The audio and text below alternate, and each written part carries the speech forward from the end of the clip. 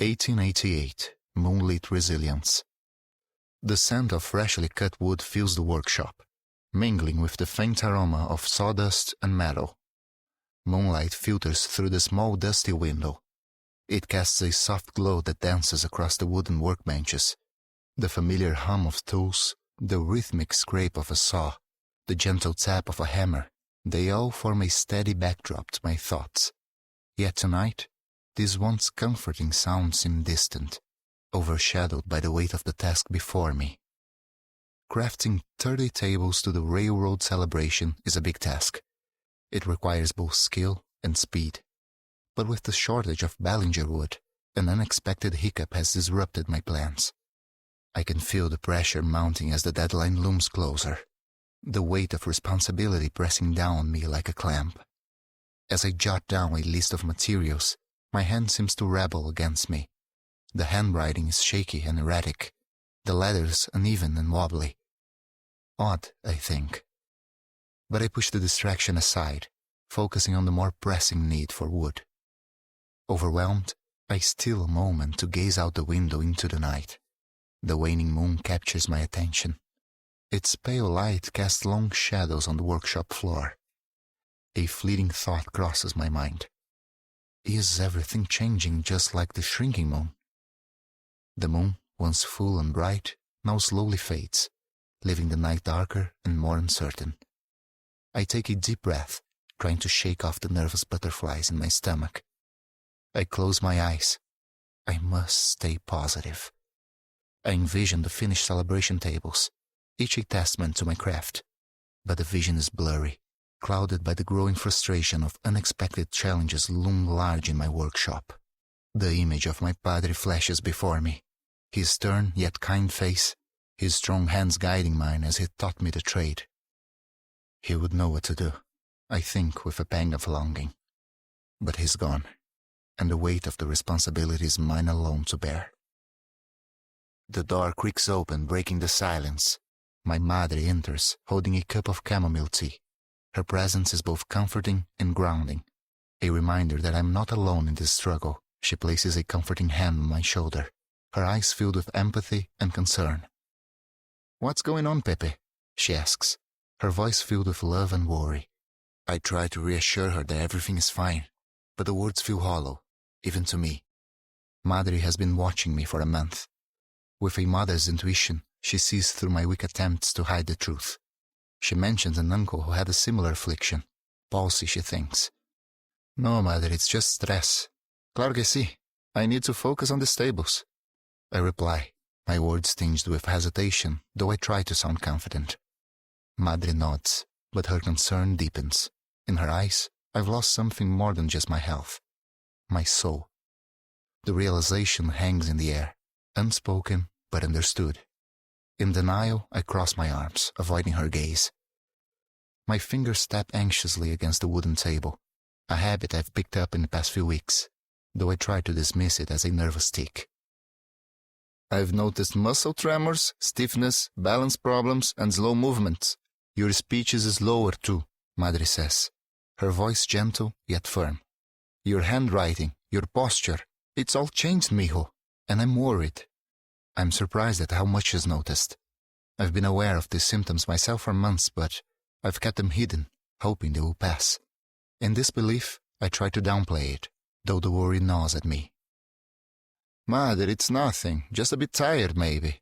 Claro que sí, let's not make a big deal of it." I insist, my tone betraying a hint of defensiveness. But Madre's eyes remain steady, reflecting a deep concern that refuses to be brushed aside. She's the Curandera of our Red Arroyo community, known for her wisdom and healing powers. She knows when something is more than just stress, and she believes this is one of those times.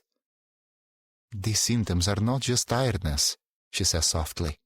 "We'll start a treatment tonight. Your well-being is important, mijo. The tables can wait. Remember, the money from the stables is for your 3 daughters' education. Their future depends on you being healthy." Reluctantly, I agree. There's something dangerously wrong with me. Deep down, I know that Madre is right. Sometimes, one must pause even the most important tasks for their well-being. This is especially true when it comes to securing a future for loved ones. As I nod, accepting the inevitable, my wife Pureza quietly enters the shop. Her gaze is lowered, but I sense a shared secret between her and Madre. The scent of chamomile tea guides me. Madre leads me from the busy workshop to her bedroom in our shared home. The shift from the world of tables and wood to her room feels like a journey into a mystical realm of healing and spirituality. Her room is dimly lit by 2 flickering candles on the small altar. A crucifix hangs overhead, casting shadows on the walls. Pegs on the wall hold clothes and bunches of dry herbs, creating an atmosphere that is both familiar and mysterious. The scent of rosemary and sage fills the air. It mingles with the earthy smell of the wood from the workshop. It grounds me. Overwhelmed by confusion and fear, I hesitate near the short double bed. My eyes dart around the room as if searching for answers, a slight headshake betraying my unease. The room seems to close in on me, the walls inching closer, the air thick with weight of the unknown. Madre motions for me to lie down on the bed, my arms stretched out to my sides, forming a shape resembling a cross. The symbolism is not lost on me as I surrender to this strange ritual. Madre, the Curandera, takes a soapberry branch. She begins to brush my body with slow, sweeping movements. The brushing starts from my chest, down to my stomach, and then extends to my legs and arms. Each stroke seems to carry an otherworldly energy, a connection to the healing properties of nature. Madre's movements are precise, her focus intense, as if she's drawing out the illness from within me. As she continues the ritual, she recites the Lord's Prayer 3 times. The room fills with a sense of vulnerability and trust, the air heavy with the weight of her words. My daughters enter the room. My 15-year-old daughter, Angela, repeatedly traces the sign of the cross on herself. Her fingers move with a rhythmic pattern. Abril and Adana fall to their knees, hands clasped in prayer. Pureza, at the foot of the bed, struggles with the asthma attack. She focuses on her breath, determined to stay calm. Moonlight filters through the window. It casts a soft glow on the bedroom. This emphasizes the moment's mystical nature. In this sacred space, Madre and I embark on a journey to restore balance, to bring back the part of my soul that she believes is lost. In the presence of the woman in the room, I bare my soul, confessing my sins in whispered tones. The words come slowly, haltingly, but with each confession I feel a surge of strength or something like it course through me. Following my cleansing, Madre takes a bundle of dry rosemary and submerges it into the flame of a lit candle. She insists I sit on the bed. She then wafts rosemary smoke throughout the room, cleansing it of bad energy. The air is filled with the scent of burning herbs. It mixes with the scent and the glow of the candles. The effect is both smoothing and unsettling. The next day in the workshop, my daughters eagerly join me in crafting the tables. The scent of freshly cut wood and the sound of tools fill the air once again. Abril, my 13-year-old, has a knack for sawing. Her small hands deftly guide the blade through the wood. Adana, 11, skillfully manages the sanding, her eyes focused, her movements precise. Angela assists me in gluing and assembling a table, her hands steady where mine are not. As I attempt to hammer, however, my grip falters, and the tool slips from my hand, clattering to the ground. The girls abruptly halt their work, concern etched across their faces. It's as if they question whether Abuela's prayers had been answered the previous night. I bend down to retrieve the fallen hammer. As I straight up as the best I can, Chucho, our neighbor, and a fellow woodworker enters the shop. "Need a hand, Pepe?" he offers with a warm smile, his eyes full of understanding. I glance at Angela, who wears a thoughtful expression. "No, thanks, Chucho. Just a clumsy moment," I reply, trying to downplay the incident. "Claro que sí." Chucho chuckles. "Happens to the best of us. Hey, Angela, how about you show your padre how it's done? You've got a knack for this, don't you?" Angela looks at me, her eyes reflecting a mix of concern and determination. "Sure, padre. Watch closely." She takes the hammer from my hand and demonstrates the technique with ease, her movements confident and assured. I nod appreciatively, and Chucho pats me on the shoulder. "You've got a great teacher, Angela. Keep it up, all of you." As Chucho leaves, Angela gives me a smile. "You'll be all right, padre. Maybe Abuela can perform another ritual tonight." I manage a grateful smile in return, thankful for the support of my family and neighbors. But deep down, I know that I'm facing more than just clumsy moments. The shakes, the tremors, they're not going away, and I'm starting to realize that they might never go away. The night falls, and the moon, now smaller than the previous night, casts a dim glow on the sanctuary room. My confidence that Madre's next scheme wanes, mirroring the diminishing crescent in the sky. Worries creep in, weaving worst-case scenarios, even those that seem unlikely. Paranoia takes root, and I feel a sense of incapability and brokenness. Madre, undeterred by my skepticism, undertakes another ritual. Boiling a chicken egg in vinegar water, she peels it with care, each movement deliberate, as if she's peeling away the layers of my affliction. She guides me back to the bed, insisting I lay as I did the night before. Madre reassures us, no evil resides in this room. She's only invoking God to cure my affliction. The candles, once comforting, now exude an eerie mystique, sparking unsettling thoughts in my mind. Madre holds the warm egg, starting a peculiar ritual by rolling it over my entire body. She begins at my head and moves down to my feet, her hands steady, her prayers fervent. In rhythmic chants and songs, she calls upon the spirits, the saints, the power of God to heal me. My daughters and wife join the scene, each holding their rosaries. They kneel at the foot of the bed, their voices low, their prayers earnest. The room is filled with flickering candlelight, the resonating hum of prayers, and the sharp aroma of vinegar. It creates an atmosphere that straddles hope and uncertainty, faith and fear. The entire rosary is recited before I am allowed to rise from the bed. The next morning, the workshop door groans as we push it open. The air smells like sawdust, a reminder of the work that still needs to be done.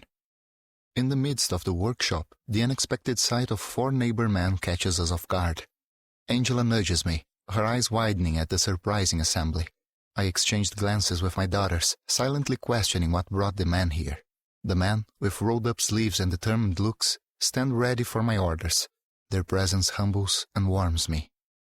"Pepe, we heard about the deadline for San Angelo's railroad celebration tables," Chucho says, stepping forward. "We're here to lend a hand. Anything you need?" I glance around, the realization dawning that the community has rallied to our aid. I appreciate the offer, but I don't want to impose, I begin. Their sincere voices make it impossible to refuse. Another man, a teenager among them, shifts nervously. "Mr. Pepe, we're not leaving until these tables are done. We want to help." The sincerity in their voices humbles me. I'm torn between gratitude and my own sense of independence. "I don't need much help," I start, but Chucho interrupts. "Well, we are here and we are staying," he insists, a determined glint in his eyes. The workshop fills with the mixture of determination and camaraderie. I find myself unable to refuse such genuine help. The men have an unspoken understanding. It conveys their shared commitment to seeing the project through. As we gather tools and discuss our tasks, a teenager named Rafael, a neighbor I've seen but never noticed, approaches Angela with a shy smile. I catch snippets of their conversation. "I've been watching you for 3 months," he admits, a blush coloring his cheeks. I'm taken aback, having been oblivious to Rafael's silent admiration. The weight of responsibilities and illness has consumed my attention. I have had little room for noticing the connections forming in the community. Amid the unfolding scene, I'm reminded that support comes in unexpected forms. The workshop, once a solitary space, now buzzes with collaborative energy. I'm humbled by the generosity of neighbors. I realize that sometimes strength lies in accepting help rather than shouldering burdens alone. 5 nights later, our home is cozy with the soft glow of lanterns. Shadows play with the wooden walls, and the smell of menudo fills the air. It's the night of no moon, and Madre's special treatment haven't made me feel better. The shakes I have won't go away, even though Madre tried hard to help. During dinner at our table, Angela speaks up. She looks worried, but determined. "Padre, did you notice that your shakes get a bit better after we take the bumpy wagon ride into San Angelo? It's happened 3 times after we dropped the tables at the courthouse," Angela says, breaking the quiet evening. I look at Pureza, and she nods quietly, understanding Angela's point. I haven't really thought about it before. I haven't really paid attention, I admit, surprised. "What do you mean, Angela?" She leans forward, serious. "It's like the bumpy ride helps for a little while. Your shakes are much less for about 30 minutes. I've seen it each time, Padre. Pureza puts her hand on my shoulder, showing support. It hits me. There might be something to it. As we eat our menudo, the six of us talk about my health. Angela's ideas make us realize that maybe Madre's remedies might not be the answer. In the warm light of the lanterns I speak. Maybe there's something about that bumpy ride. I never noticed because I was too busy with the tables. But if helps, we should check it out. Pureza agrees, looking concerned but hopeful. We all understand that what's happening to me is serious, and we are not sure how to make it better. Madre, sensing the change in our talk, says softly, I'll write to my cousin in Oaxaca. Back in my hometown, my uncle had a similar problem. He felt better with the herbs and treatments there. Maybe they know something that can help you, Pepe. Maybe I should go there and gather supplies we don't have here. We realize her journey might take her far away. Oaxaca, Mexico, a place filled with the answers we need. As we finish eating, I feel a new understanding. Even though times are uncertain, I'm starting to see the value in Madre's traditions. It takes strength to face what's happening to me with grace. Thank goodness the community has chipped in to help me with the tables. That deadline is complete. I don't know what I would be like without the faith of God, family, and community. The night of no moon becomes a big moment, a time when we accept things and decide to stay strong together. Amidst the ebb and flow of life's challenges, my resolve remains unbroken. As the moon waxes and 2 months slip by, a new chapter unfolds.